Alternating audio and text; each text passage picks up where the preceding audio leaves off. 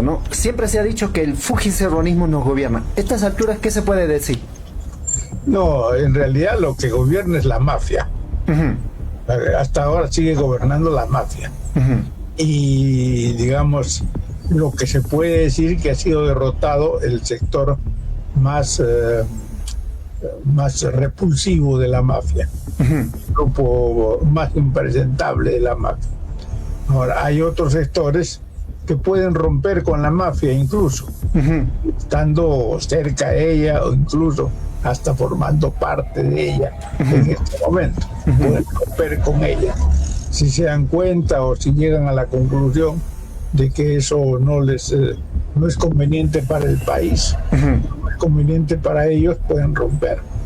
Bueno, vamos a ver qué pasa. El día de ayer se dio a conocer una pelea entre Keiko Fujimori y Rafael López Aliaga, a razón de que se ha elegido a nuevo presidente que, entre comillas, no sería a la medida. Keiko Fujimori dice lo siguiente: es un día muy triste para el país, han permitido que la izquierda radical vuelva a gobernar. Todos sabemos quiénes son los irresponsables que nos han empujado al caos. Con Rafael López Aliaga a la cabeza, lo advertimos el domingo, el caos es más grande que antes. Nunca debieron abrir esta puerta. Pero no podemos perder más tiempo, tenemos que frenar su avance antes de que sea demasiado tarde. La democracia está en peligro. Hoy, con más fuerza que antes, defenderemos la Constitución, la libertad, y también la haremos frente a los partidos improvisados, a las ambiciones de poder sin límites que ha puesto al país en esta situación. Como respuesta a eso, López Aliaga naturalmente ha publicado esta imagen que vemos, ¿no? No gobierna, sabotea, cuando no gana, entrega al país. ¿Qué tenemos que entender? En este caso, la pelea entre el fujimorismo. Pero en todo caso, damos bienvenido. Muy buenos días. Amigos, es un placer estar con ustedes a disposición. ¿Cómo comprender lo que pasó ayer? Muchos afirman a estas alturas de que Perú Libre, entre comillas de izquierda, sería la medida que quiere la derecha. En todo caso, lo escuchamos. Bueno, en realidad lo que ocurrió ayer fue una sorpresa. Prácticamente lo que se esperaba era la victoria de la señora Alba, que implicaba el triunfo de los sectores más conservadores, de los grupos más racistas, más antipopulares, y aquellos que han hecho escarnio y mofa de la situación popular. Bueno, en este sentido, la derrota de la señora Alba constituyó un éxito, un avance que hay que saludar. Ahora, el señor Balcázar no se considera de izquierda. Él dice que ya no existe la terminología esa de izquierda y derecha. Podemos conceder que la terminología no exista. Lo que sí existe es la realidad. Hay sectores progresistas y hay sectores conservadores. Hay sectores avanzados y hay sectores reaccionarios. Hay sectores mafiosos y hay sectores honrados. El señor Balcázar debiera definir a cuál de estos dos sectores representa. Porque él no puede decir que representa a los dos, o representa a todos. En todo caso, representa más a unos que a otros. Aparentemente, por lo que dice su militancia partidista, estaría representando en teoría a los sectores más progresistas. Lo real es que la conducta política de su partido no se ha vinculado a esa realidad. Es decir, nadie podría decir que el comportamiento político de Perú Libre ha sido el comportamiento de una fuerza progresista, coherente, revolucionaria, coherente. Ha sido más bien el comportamiento de una fuerza que ha estado al servicio y en connivencia con los grupos más reaccionarios, y que ha servido de instrumento para dividir al movimiento popular con el cuento de combatir a los caviares. En realidad ha sido una estratagema destinada a partir al pueblo bajo el argumento que ellos son revolucionarios y los que no son como ellos son caviares, reformistas o lo que fuera.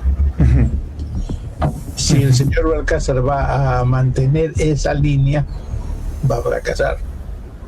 Si el señor Balcázar va a renunciar a esa línea, va a poder no solamente avanzar, sino lograr mantener una, digamos, una especie de reivindicación, podríamos decirlo. Una gobernación elementalmente decente.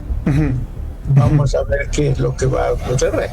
Creo que todavía es demasiado pronto. Él mismo ha tenido pocas posibilidades de expresión como para poder darse, digamos, alguna versión definitiva de las cosas.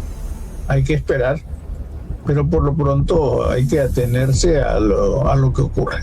A lo que ocurra, pero tomando en cuenta que haya recibido, porque o sea, Perú Libre solo no podría haber logrado lo que es una elección, en este caso como presidente interino. Se entiende que ahí se ha sumado Podemos Perú, se entiende que se ha sumado ahí APP, se entiende que se haya sumado otros partidos políticos. Si eso es así, digamos, si fuera así como tal, ¿cuál es la línea que, digamos, que podría dar paso? Ayer, por ejemplo, el señor José Balcázar ha dicho que no va a luchar contra la criminalidad, no vamos a cambiar nada, dijo, abiertamente. Bueno, hay que decir que el problema es que se sumen en una opción u otra, no tiene que ver necesariamente o exclusivamente con temas de línea política. Por ejemplo, lo que ocurre es que la señora Alba es tan antipática, es tan desagradable, es tan clasista y tan racista, que cualquier persona, incluso de derecha, podría votar contra ella, no porque sea él de izquierda y ella derecha, simplemente por una higiene elemental, no juntarse con ese tipo de gente. Entonces, ¿hasta qué punto la votación que se ha juntado con el señor Balcázar ha respondido a una identificación política y hasta qué punto ha implicado el rechazo a la candidatura de la señora Alba y a la mafia? Eso es lo que hay que determinar. Porque tampoco todos los que votaron por Castillo el 2021 estaban de acuerdo con Castillo. Votaron por Castillo porque estaban dispuestos a cualquier cosa para impedir que gane Keiko Fujimori. Bueno, pues acá ha ocurrido que han votado por el señor Balcázar porque estaban dispuestos a votar por cualquiera con tal de que pierda la señora Alba. Esta lógica se ha impuesto también en el Congreso de la República, por lo menos en alguna medida. No sé si en todos los casos, pero en más de un caso. El ejemplo lo tenemos en la votación de la bancada socialista. En realidad ellos eran pocos, eran 5. De estos 5, 3 se han retirado porque dijeron que eso era una maniobra fraudulenta, que por acá allá, y no participaban.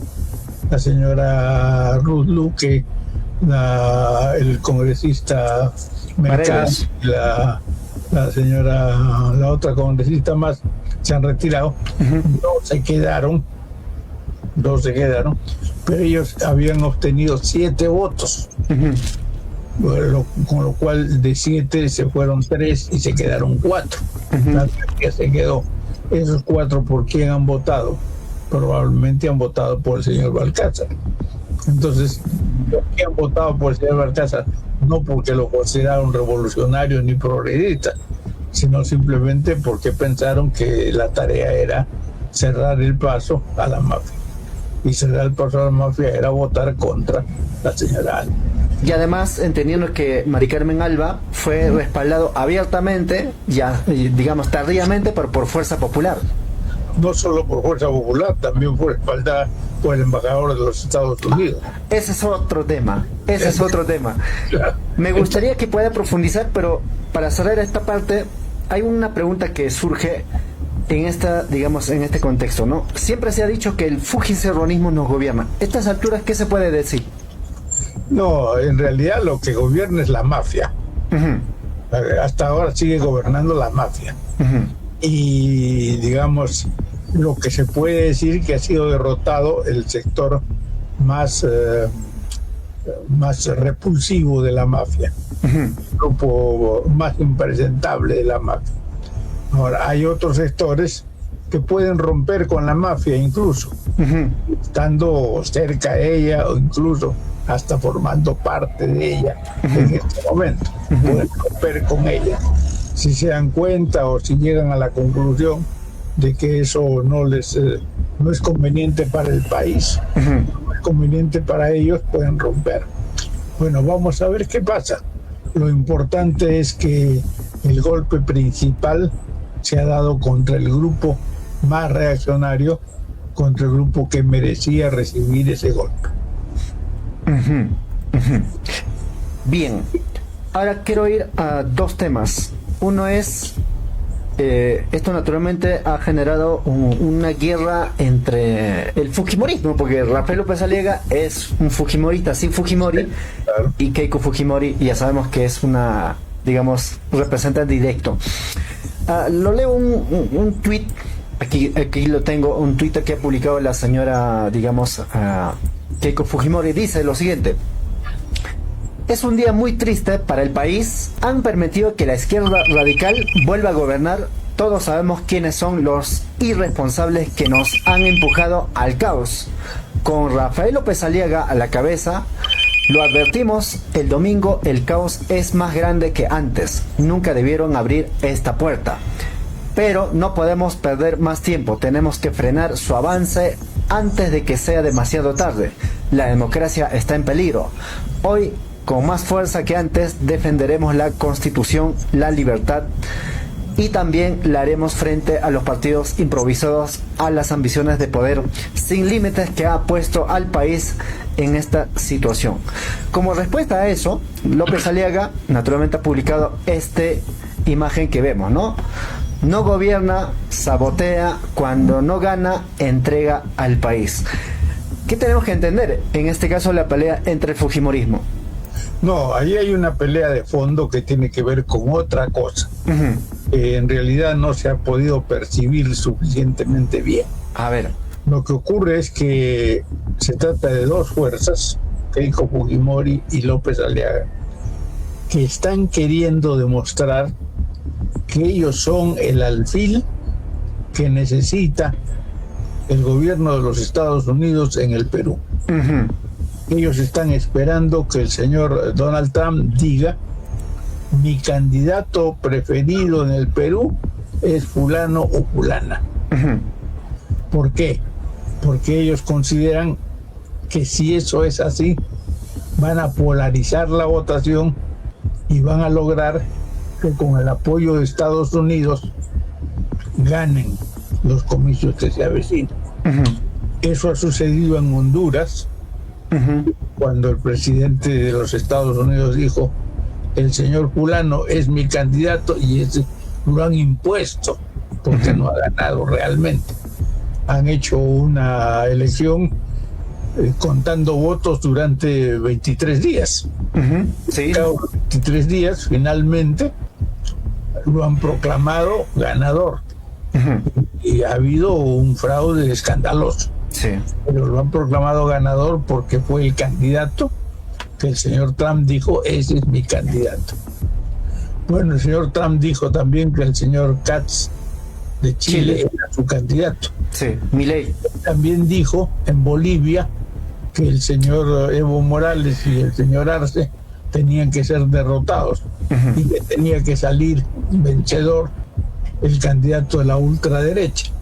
Bueno, no salió el de la ultraderecha, pero por lo menos salió uno de la derecha, señor Paz. Sí. Lo que en Ecuador el señor Trump dijo, yo apoyo al señor Noboa. Sí. Salió el señor Noboa. Bueno, ahora lo que están queriendo es que el señor Trump diga, yo apoyo a la señora Keiko. Eso es lo que le interesa a Keiko. Por eso es que quiere descalificar a López Aliaga, para que el señor Trump no diga, yo apoyo a López Aliaga. A su vez, López Aliaga considera que él es el hombre de Trump, que Trump lo debe apoyar a él y que lo va a apoyar a él, está convencido de que eso es así. Para que eso se concrete, él necesita demostrar que la conducta de Keiko Fujimori es una conducta errática que conduce a la derrota. Entonces, él lleva a su corriente al triunfo, en cambio Keiko lleva a su corriente a la derrota. El señor Trump tiene que escoger, y me escogerá a mí, dice el señor López Aliaga, y yo seré el candidato de los Estados Unidos en las elecciones peruanas. Eso es lo que importa. Hace días atrás, el embajador de Estados Unidos también apoyó abiertamente la permanencia de José Gerí. Y usted ha señalado que también esta es una derrota hacia Estados Unidos en campo internacional por el hecho que se le ha censurado al señor José Gerí. Bueno, en realidad el embajador de Estados Unidos ha actuado con una insolencia absolutamente antidiplomática. Llegó es un latinoamericano de origen cubano, nació en Estados Unidos, vive en Estados Unidos, es casado con una mujer peruana, el señor Bernie Navarro, y ha sido nombrado el embajador en el Perú. Y ha venido, llegó un día y al día siguiente presentó credenciales. Otros embajadores tienen que esperar una semana, 10 días, 15 días, 2, 3 semanas para presentar credenciales, que el presidente les dé audiencia. No, acá no, él ha ido a Palacio y ha dicho, yo soy el embajador de los Estados Unidos, vengo a presentar mis credenciales, y el señor Gerí lo ha recibido de inmediato, le ha dado la bienvenida.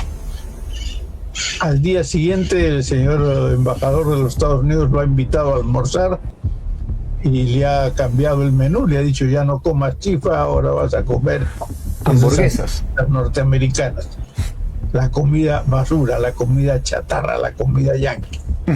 El señor Gerí ha estado totalmente de acuerdo. Al tercer día es que ha dicho, no lo pueden censurar al señor Gerí, tiene que haber continuidad democrática en este país, tiene que mantenerse el señor Gerí como presidente, lo han censurado.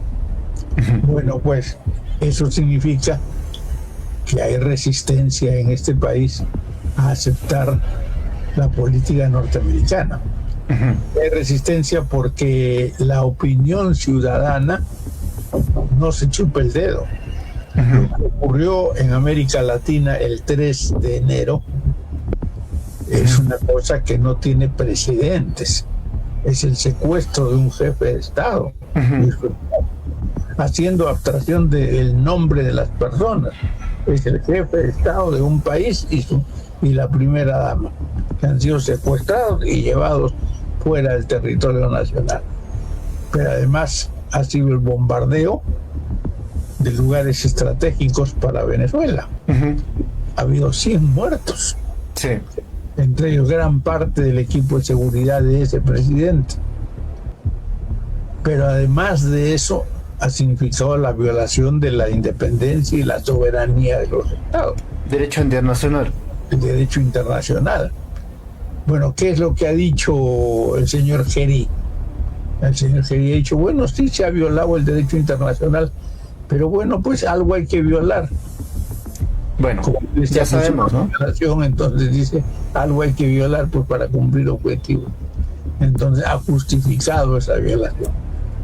Pero si ha pasado eso por alto, bajo el argumento de que, bueno, en última instancia, el señor Maduro era un dictador, entre comillas, lo que no tiene parangón ni explicación de ningún tipo es lo que está queriendo hacer con Cuba.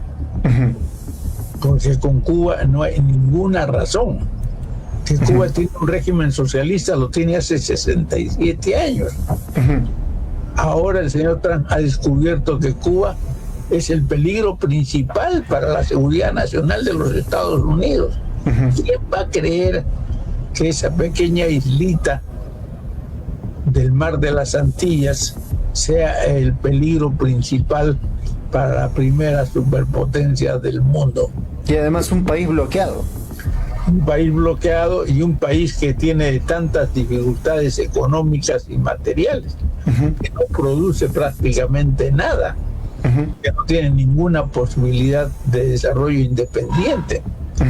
Tiene que vivir a partir del sacrificio y el heroísmo de su propio pueblo, pero además el comercio internacional, porque no tiene producción suficiente. Entonces, el acusar a Cuba y el tomar las medidas que está tomando no tiene ninguna justificación. El quitarle el petróleo a Cuba, el embargarle el petróleo a Cuba, es paralizar el país. Si no hay petróleo, entonces no hay aeropuerto, no hay movilidad, no hay transporte, no hay industria, no hay producción, no hay desarrollo, no hay nada, no hay carburantes. Entonces, ¿qué significa eso? Ese país va a morir. Colapsar. No tiene alternativa, va a colapsar. Son 11 millones de personas que están sometidas a esa tortura. ¿Quién puede justificar eso? El señor Geri pudo haber dicho, nosotros rechazamos o consideramos que eso es violatorio a las normas internacionales. Por humanidad. Por razones humanitarias estamos en contra. Pero no. Él se ha callado la boca como si eso estuviera ocurriendo en Marte, o como si él viviera en un satélite de Saturno. No tiene nada que ver con lo que pasa en América Latina y en Cuba. Y Cuba es un país que es un país hermano del Perú, no de ahora, ni siquiera desde el triunfo de la Revolución Cubana, no. En 1868, cuando Cuba inició la guerra de la independencia de Cuba y proclamó por primera vez un gobierno en armas, el primer gobierno de América Latina que reconoció a ese gobierno cubano en armas fue el Perú, con el señor Pardo, el presidente. Y en esa época un parlamentario peruano, después muy conocido, fue el abanderado de la solidaridad con Cuba. Fue ese parlamentario, Miguel Grau. Miguel Grau Seminario fue a Palacio de Gobierno a pedirle al gobierno que apoyara a Cuba y defendiera a Cuba. Y Bolognesi también se expresó en el mismo sentido. Cuando la guerra con Chile, en el ejército peruano hubo cubanos que combatieron en la guerra del Pacífico a favor de nuestro país. Y bueno, ya después, en los años de la Revolución Cubana, cuando el terremoto del 70, el único presidente de un país del mundo que dio su sangre para los peruanos fue el presidente de Cuba, Fidel Castro. Y el único pueblo que donó sangre para el Perú fue Cuba. 150,000 cubanos donaron sangre para traerla al Perú como ayuda a los peruanos.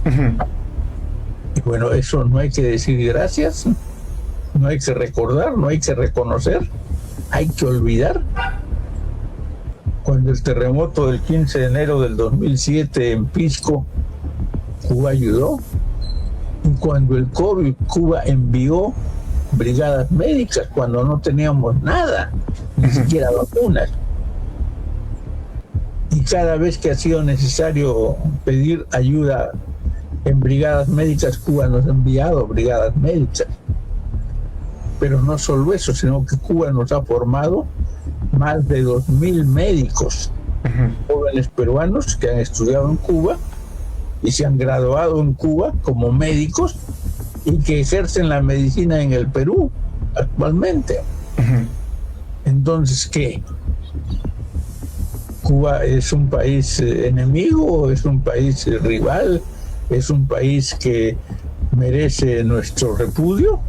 No, Cuba es nuestro mejor aliado, nuestro hermano más cercano, más directo, más inmediato. ¿Podemos permitir que sea estrangulado como quiere Estados Unidos? ¿Podemos ver eso así impunemente? No, eso la opinión pública lo sabe, eso lo sabe la ciudadanía. Y es así, por la presión popular, el Congreso da el paso de no darle la razón, entre comillas, al embajador de Estados Unidos, que finalmente es un rechazo simbólico. Hay un sentimiento grande, hay un sentimiento grande de la ciudadanía. Y por eso es que no se hacen encuestas, por ejemplo, en torno al tema de Cuba.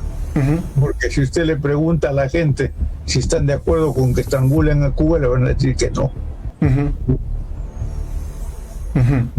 Bueno, otro tema es en relación de las elecciones. ¿Cuál es su perspectiva? Digamos, se dice que hay un candidato que tiene la opción de ganar, que está relacionado con sindicatos, me parece con CGTP y otros. Hay otro candidato que dice ser de izquierda, en este caso también es Atencio. Ahí está Roberto Sánchez, ahí está Johnny Lescano, desde la región de Puno, creo que me parece que es el único candidato del sur en sí, y Puno. ¿Cuál es su mirada para lo que viene a abril? Yo no soy muy optimista en relación a los candidatos. Digamos, a mí no me entusiasman las personas. Yo me guío por la conducta, por la conducta política y por los programas. Hay algunas cosas que me han defraudado. Por ejemplo, el señor López Chao, que se considera progresista, avanzado, ha tenido la desfachatez de hacer declaraciones contra Venezuela y contra Nicolás Maduro. En este contexto, o sea, a la hora de definir su conducta frente a los acontecimientos del 3 de enero en Venezuela, en lugar de condenar a Estados Unidos y de decir que defendemos la independencia y la soberanía de un país hermano, lo que ha hecho es condenar a la dictadura venezolana. Eso no tiene sentido. Eso no es de un hombre de izquierda, ni progresista, ni avanzado, ni demócrata, no.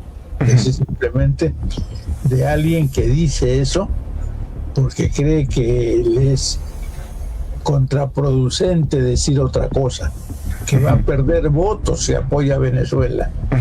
Entonces cree que va a ganar votos si condena a Venezuela, por razones electorales. En política se llama oportunismo. Bueno, en otro sentido, el señor Atencio, que en general ha tenido una buena exposición y ha dicho cosas interesantes, ha sostenido una cosa absurda.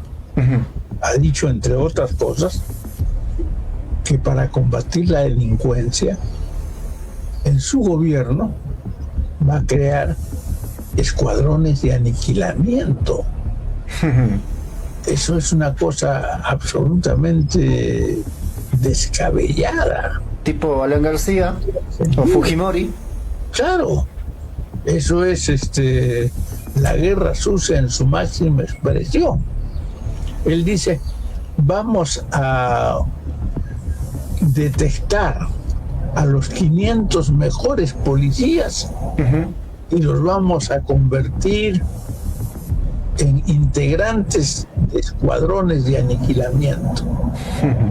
En otras palabras, es decir, vamos a detectar a los 500 mejores policías y los vamos a convertir en asesinos. ¿Qué sentido tiene eso? ¿A dónde conduce eso? ¿qué valor tiene esa política? ¿Cómo alguien que es progresista, que es revolucionario, que es de izquierda, que se identifica con el movimiento popular, puede sostener semejante barbaridad? No tiene sentido.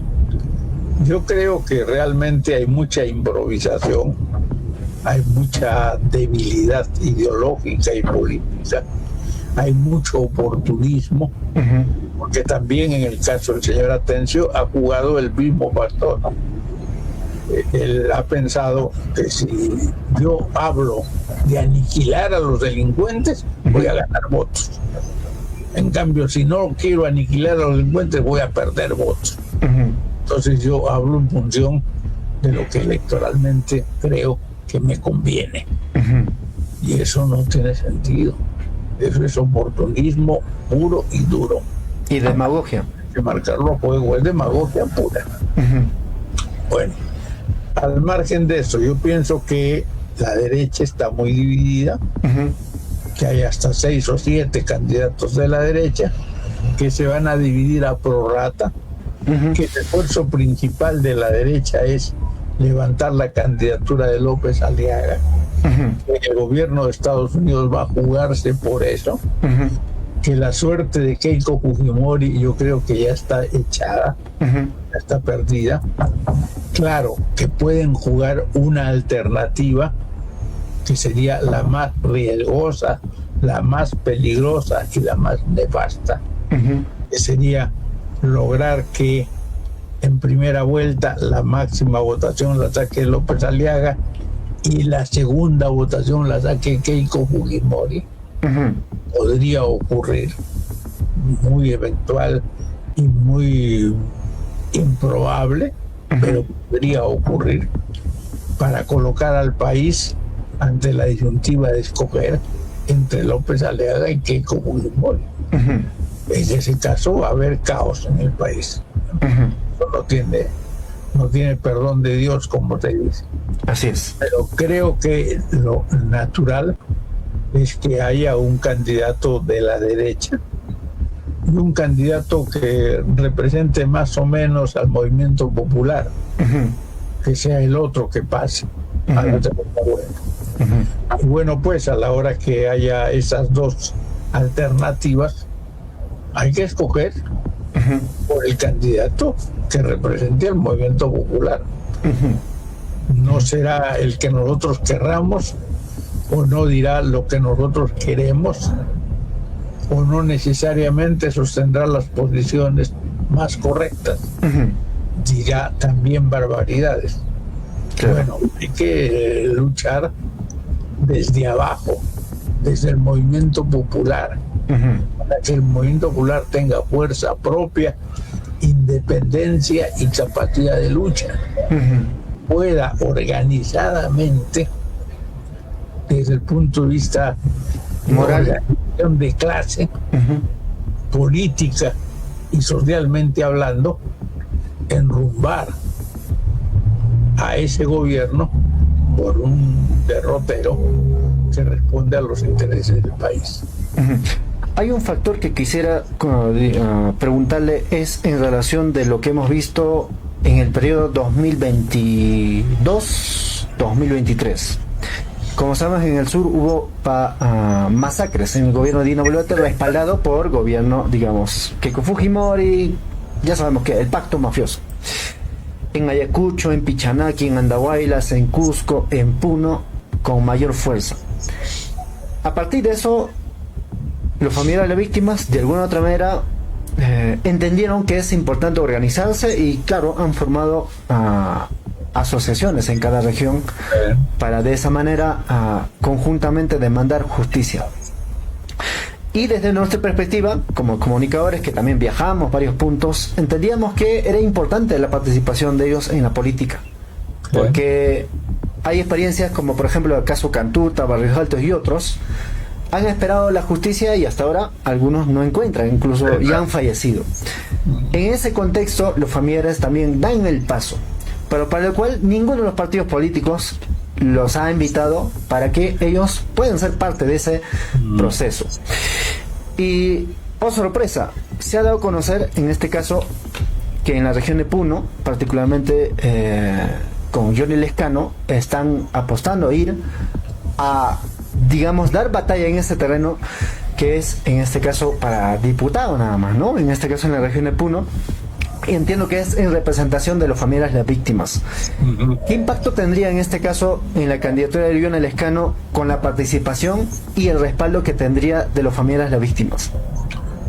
Yo no tengo suficiente información como para opinar certeramente sobre eso, pero sí puedo decir que en general un candidato que encuentre el respaldo del sur andino y en particular de Puno tendrá grandes posibilidades electorales. Si se trata de elegir un parlamentario, o un diputado o senador, tendrá posibilidades reales si cuenta con el apoyo verdadero del sur andino y de la región de Puno. Lo que ocurre es que hay un poco una partición de votos. Así es. No conozco mucho la cosa, pero me da la impresión, por ejemplo, que López Aliaga ha buscado entrar a Puno sin suerte. Que López Chao, por su cuenta, tiene apoyo de Puno por la actitud que tuvo cuando recibió a los estudiantes y a los familiares de los afectados por esa crisis humanitaria en la Universidad de Ingeniería y les dio alojamiento y alimentación. Entiendo que Atencio lleva como vicepresidente al señor Quintanilla, que ha sido diputado por Puno y que tiene cierta influencia local. Entiendo también que el señor Sánchez ha sido ministro, que ha tenido cierta presencia en los acontecimientos del sur, porque ha sido uno de los pocos parlamentarios que ha opinado a favor de las víctimas cuando los sucesos del sur. Entonces ahí puede haber un cierto desglose de la votación del sur andino. Vamos a ver a dónde marcha eso. El señor candidato que fue de Acción Popular y que ahora es de Cooperación Popular, el señor Johnny Lescano, ¿no? Sí. Tiene ciertamente también fuerza en algunos segmentos del electorado puneño y algunas posibilidades reales. Entonces, claro, el escenario, como lo ha señalado, es hay cierta fragmentación, no había una coalición. Lo ideal hubiera sido un solo frente desde Campo Popular y bueno, con lo que significa la urbanidad desde las izquierdas. No ha habido, es un hecho. Y finalmente, ¿en qué contexto político internacional se va a disputar la presidencia en el Perú? Bueno, en el contexto político internacional es muy complicada la cosa, ¿no? Primero porque América Latina ahorita es un campo de batalla. Es un campo de batalla donde el imperialismo está disputando país por país. Y está queriendo ganar país por país como quien gana territorios concretos. Y ha logrado efectivamente poner a buen recaudo para sus intereses a Argentina, a Bolivia, a Chile, a Ecuador, a Puerto Rico, a Paraguay, a Panamá y a Honduras. Hay que ver qué pasa en las elecciones próximas. Perdió en Uruguay, debe perder en Colombia. En Colombia las elecciones son en mayo. Y en esas elecciones lo previsible es que gane Iván Cepeda, que es el único candidato, el candidato de la Unidad Popular en Pacto histórico. Pacto histórico. Entonces, bueno, sería muy importante. Si perdiera en el Perú sería de maravilla, porque efectivamente sería la derrota de la estrategia militar imperialista. Vamos a ver qué pasa. La situación es complicada porque aparte de la lucha de los Estados Unidos por la hegemonía en la región, también hay la lucha por votar a la República Popular China de América Latina. Estados Unidos ha saltado hasta el techo cuando se ha dado cuenta, no se había dado cuenta antes, de que con el puerto de Chancay, China tiene una fortaleza muy significativa. Y ahora se han asustado los norteamericanos y piensan que en Chancay puede haber una base militar o una base misilera que podría ser un serio riesgo para los Estados Unidos. Y entonces no van a descansar hasta sacar a China de Chancay. Pero el problema es que la situación es más complicada para ellos porque eso tiene que ver con el comercio exterior peruano. El principal cliente del Perú en materia de comercio exterior es China, ya no es Estados Unidos. Hace rato que China desplazó a los Estados Unidos y entonces el Perú no puede fácilmente romper sus vínculos con China y alegremente seguir adelante. Estados Unidos tampoco va a reemplazar a China en el plano económico porque tiene demasiados problemas y tiene crisis muy grande en este momento, incluso en Estados Unidos. Entonces la situación para Washington es muy delicada y muy complicada. En este contexto ellos pueden perder posiciones. Yo creo que han llegado, digamos, al máximo de su capacidad política con las elecciones de Chile y las elecciones de Costa Rica, y que ahora no tienen dónde ganar. Espero que no ganen en Colombia, espero que no ganen en Brasil, espero que no ganen en el Perú. No van a recuperar el poder en Venezuela en ningún caso. Justamente, no sé si podemos un poquito ampliar el caso Venezuela, porque se entendía que tras la captura de Maduro, Venezuela, digamos, entre comillas, volvía a la democracia y la revolución bolivariana se iba, digamos, al tacho. Ese es el sueño del señor Trump, pero lo real es que el poder bolivariano en Venezuela está intacto. No han podido cambiar nada, simplemente han secuestrado al presidente. Pero no pueden secuestrar uno por uno a todos los demás y cambiar el país, porque tendrían que secuestrar a, qué sé yo, 14 o 16 millones de venezolanos. Eso es muy difícil.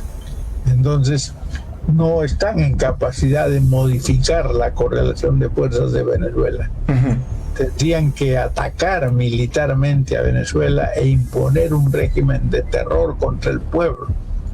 Y eso ya no es fácil hacerlo y no están en condiciones de hacerlo tampoco, ni de mantenerlo. Entonces es muy difícil que... Lo que ocurre es que los gobernantes de Venezuela, digamos, el núcleo bolivariano que tiene en sus manos el control del poder en Venezuela, está enfrentando a un reto inédito, extremadamente peligroso, extremadamente poderoso, y entonces tiene que maniobrar con mucha sutileza y con el propósito sobre todo de salvar la conducción del país, garantizando la continuidad del proceso emancipador bolivariano. Entonces, que tienen que hacer concesiones, que tienen que retroceder, que tienen que renunciar a algunas cosas y aceptar otras, puede ser. Todas las revoluciones han tenido avances y retrocesos. Hasta Lenin tuvo que aceptar el tratado de Brest-Litovsk en 1921 para garantizar la paz en Rusia, y tuvo que acceder a enormes concesiones territoriales después de la agresión de 14 naciones. Entonces se trata de que hay que hacer sacrificios inmensos para salvar el rumbo de un proceso. Y bueno, eso es lo que está pasando ahora en Venezuela, pero es una cosa transitoria. Por lo demás, el señor Trump tiene problemas muy graves. Tiene 34 sentencias en los tribunales de los Estados Unidos por diversos delitos, entre ellos peculado y mal manejo de los fondos públicos. Pero además está con juicios por pedofilia. Y está acusado por participar en el grupo del señor Epstein, el que se suicidó porque estaba acusado de tráfico ilegal de niños en materia sexual. Bueno, pues todo esto puede hacer que el señor Trump sea privado del poder a corto plazo, que sea despojado de su cargo de presidente y sea destituido y sea incluso procesado, enjuiciado y encarcelado. Eso puede ocurrir.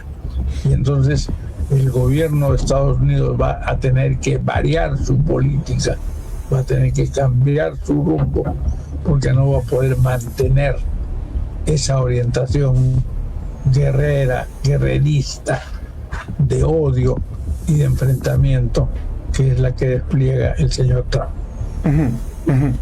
Ahora, quería preguntarle caso México. ¿Qué posibilidades tiene de mantener y irradiar de lo que se ha, digamos, impulsado como la Cuarta Transformación, que finalmente también es un modelo, yo no sé si es a seguir, porque cada país tiene su propia dinámica también? Bueno, México tiene una historia, siempre ha sido un país independiente y soberano, siempre ha tenido una política internacional propia, una política interior que ha merecido en general el respeto de la gente. Fue traicionado México con la presencia del PRI, el Partido Revolucionario Institucional Mexicano, y luego con el PAN, el Partido de Acción Nacional, que era el partido de la ultraderecha. Pero estos dos partidos han defraudado completamente las expectativas de la población. Incluso el PRD, el Partido Revolucionario Democrático o Partido de la Revolución Democrática, que defraudó también las expectativas populares, hasta que surgió Morena. Morena ha tenido la virtud de recuperar el apoyo público. La gestión del señor López Obrador ha sido altamente apreciada y calificada. Actualmente la señora Sheinbaum tiene más del 70% de aprobación ciudadana, tiene un gran apoyo, una gran simpatía en el pueblo de México.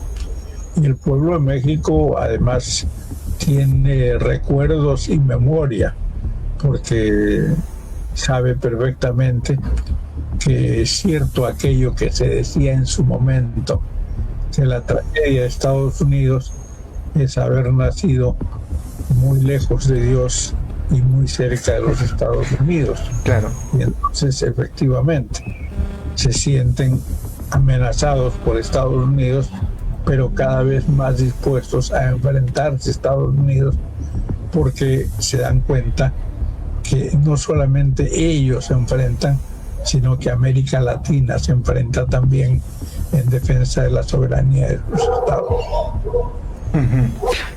En palabras, digamos, resumidas y como dicen Reels, ¿cómo definir estas alturas a Estados Unidos? Bueno, Estados Unidos está atravesando una crisis de descomposición y de colapso. Estados Unidos puede caerse y desmoronarse en cualquier momento. Hay 60 millones de pobres en Estados Unidos. Si usted ve incluso por las redes sociales o en la televisión, en las calles de Nueva York, hay barrios enteros que están tomados por narcotraficantes o por consumidores de droga. Y hay miles de personas que en Nueva York o en Hollywood viven en las calles, duermen en las calles y y comen en las calles porque no tienen vivienda, porque han perdido sus posibilidades. La educación y la salud en Estados Unidos es carísima. Hay muchos latinos que regresan a los países de América Latina cuando se enferman para tratarse en América Latina, porque en Estados Unidos no pueden tratarse por el costo de las actividades de salud o de educación. Entonces, la situación de Estados Unidos es muy grave, es una crisis muy seria. Ellos están recurriendo a la política bélica no solo porque son guerreristas, sino también por razones económicas. Necesitan de la guerra, necesitan producir armas y vender armas. Para vender armas necesitan que haya guerra. Si hay guerra, venden armas, y si venden armas tienen dinero. Y si tienen dinero pueden hacer de las suyas en los Estados Unidos. Están desesperados en ese, digamos, círculo vicioso que implica armas, dinero, guerra, enfrentamientos y pérdidas y quiebra, hambre y miseria que envuelve a los Estados Unidos. Entendiendo esa dinámica, como peruanos, ¿a qué tenemos que apuntar? Es decir, yo entiendo que hay candidatos que están ahí, pero nos conviene ir por, digamos, por lo que traza Estados Unidos, o mejor es ir camino como de México o otros países. No, nos interesa ir como Perú. Perú es un país muy grande, Perú es un país muy rico. El Perú es probablemente el país más rico de América Latina, porque tiene las riquezas más diversificadas.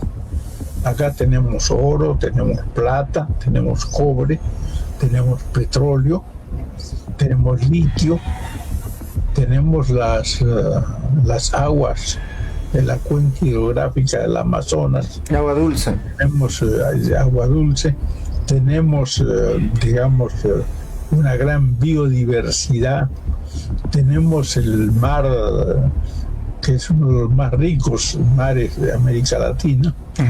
Entonces, las posibilidades de éxito que el Perú tiene son muy grandes, a condición de que estas riquezas se exploten en beneficio de los peruanos.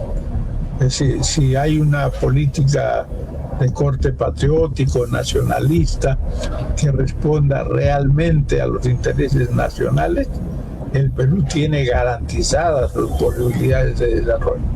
Lo que tiene que tener es una política de industrialización, para que no sea un país monoproductor ni un país extractivista. Se necesita que sea un país industrializado, con desarrollo pleno, con progreso, que además tenga clases sociales marcadas y definidas, donde haya efectivamente una fuerza social emergente que sea capaz de transformar la vida nacional. Si eso es así, entonces nosotros podemos, al igual que México, al igual que Brasil, al igual que cualquier país de nuestro continente, desarrollar una política exterior independiente y soberana. Gustavo Espinosa ha estado con nosotros. Seguramente esto va a servir para también tener en cuenta lo que va a pasar en los siguientes días en campo local, en campo internacional. También ya estamos, digamos, señalando de alguna u otra manera. Tal vez algo más que quisiera señalar. No, yo nada más, solamente esperar que se desarrollen algunas cosas. La solidaridad con Cuba es una tarea fundamental en nuestro país. Hoy día tenemos en la noche, a las 6 de la tarde, un acto de solidaridad con Cuba muy importante, que va a tener lugar en Miro Quesada 360. Las organizaciones del colectivo de solidaridad con Cuba se ponen de acuerdo para participar en este evento, porque se trata de exponer el apoyo del pueblo peruano a la independencia de Cuba, a la soberanía de Cuba y al derecho de Cuba a tener una política independiente que responda a los intereses de los propios cubanos. Muchas gracias, don Gustavo. Gracias. Hasta la próxima. Felicidades. Muy bien, nosotros vamos a continuar.